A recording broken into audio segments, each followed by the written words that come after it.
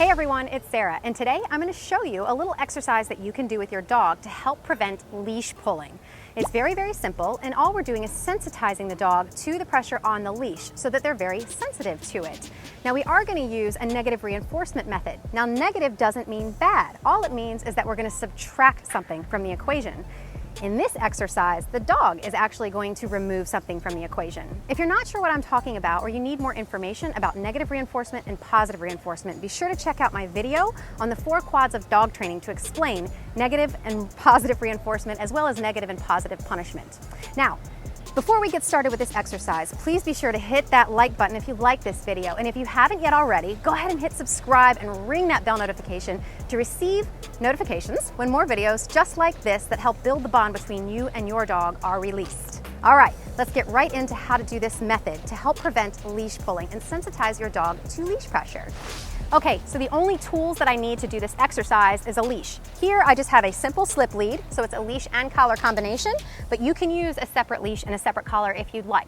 All we need is a leash attached to the collar area. Now, you can see that I have it nice and high right here at the base of Blue Ivy's neck, or I'm sorry, the base of her skull, rather, at the top of her neck behind her ears, and that placement is really, really important. Now, all I'm gonna do in this exercise is actually put on a little bit of pressure onto this leash in the backward motion.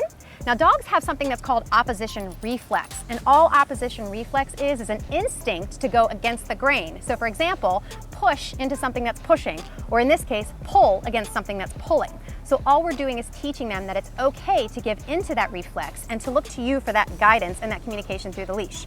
So for this, all I'm simply gonna do is pull back on the leash a little bit, and I'm gonna hold it. Good! And she did it right away because she's trained. But all you're looking for is the dog to relieve the pressure themselves by backing out of it. So what she did was perfect. And then I'm gonna praise her for doing that as well, because I want her to know it's a good thing for us not to have any tension on this leash when we're walking together.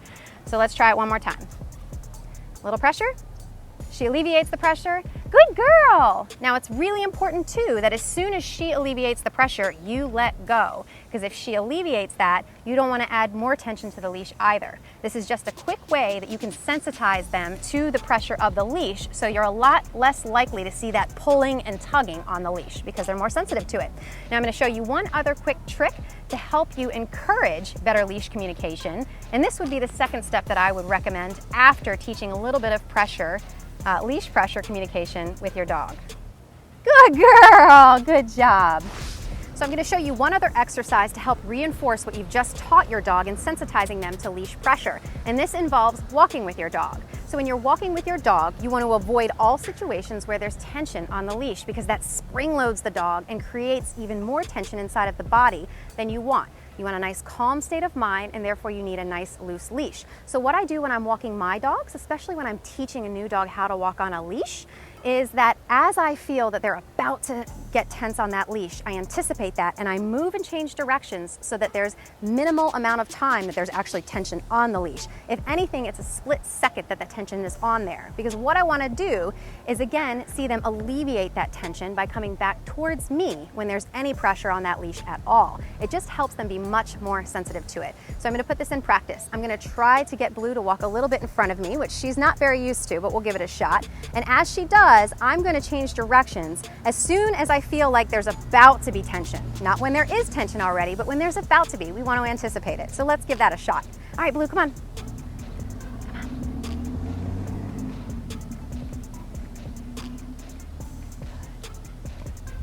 Good girl. We'll try to get her a little bit ahead. You can see she's trying to stay right with me. And now I'm going to turn. Right before that tension hits the leash is when I'm going to move. Come on, Blue. Good girl. So we'll go this way again. Good girl. Come on, come on, come on, come on. Try to get her ahead a little bit right before the tension. Then I'm going to move and change directions. And all this does is create a very quick moment of tension rather than that pull the entire time that you'll see if the tension isn't very brief. So this is just a couple of ways that you can help sensitize your dog to a leash so that it's less likely of a pulling struggle because of that natural oppositional reflex that they have already genetically ingrained in them to go against the grain. If you like this video, don't forget to like it. Please hit the subscribe button and ring the bell to receive notifications when more content just like this is released. Thanks so much for watching.